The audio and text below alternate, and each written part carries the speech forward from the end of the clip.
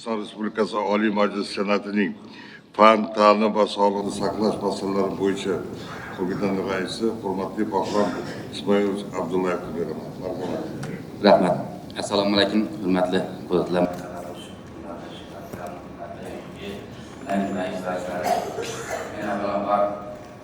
Darsingizni mana shu kuyga hammamiz nomlar ishonch, xalqimizning ishonchiga, xalqimizni chekib qo'ygan ishonchiga 35 yillik yubiley sanasidan tabriklayman. Qolaversa bugungi anjuman ishtirokchilariga o'zimni minnatdorchilik bildiraman. Chunki bu mana bu anjumanga hozir kunlab prezidentlik fan akademiklar, olimlar, harbiy jurnalistlar va yurtimiz ravoniga hissa qo'shayotgan fidoyi insonlar yig'ilgan. Bir so'z bilan aytganda bu yerga butun respublikamizdagi va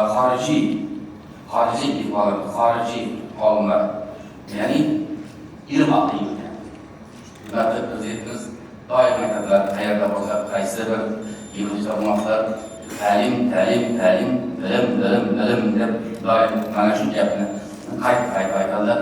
Shu so'zni aytadigan bo'lsak, mana shu bu yerga ilm ahli, bu yerga bilim yig'ilgan.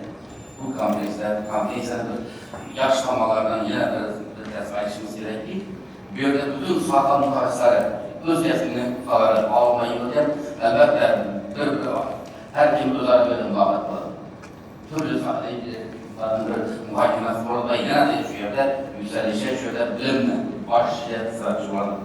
Mana shu sohada barchangizga muvaffaqiyat tilayman. Endi ishonchli sizga qiladigan muddat mana shu ishonchli siz haqida sektorlar o'zida chaqchaqlagan maqolalarning saviyasi.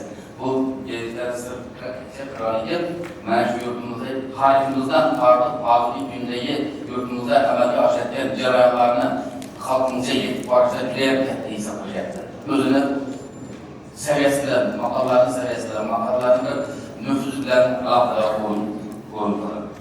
Shu orada bugun dersimiz taqdiriyatiga mana shu ko'zlarimiz sabab avvalo sizga mana shu derslarni yo'lga qo'yib, mana shu derslarni qo'shayotgani uchun alohida xususan shuningdek son taqdirlovchi o'zimga minnatdorchiligimni bildiraman. Butun gazeta ahliga, mana shu ishlatgan insonlarga o'zimga minnatdorchiligimni bildiraman. Chunki gazeta xodimlari mana shu muhimlarni har kuni xalqqa imkon berishadi.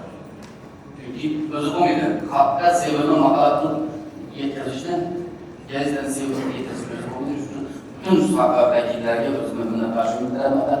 Kerakli ishlarga, gazetamizga yuksalishiga ular qarshimda o'z nomimdan va Oliy Majlis Senatining Fan, ta'lim va sog'liqni saqlash masalalari qo'mitasi nomidan minnatdorchilik bildiraman va tabriklayman.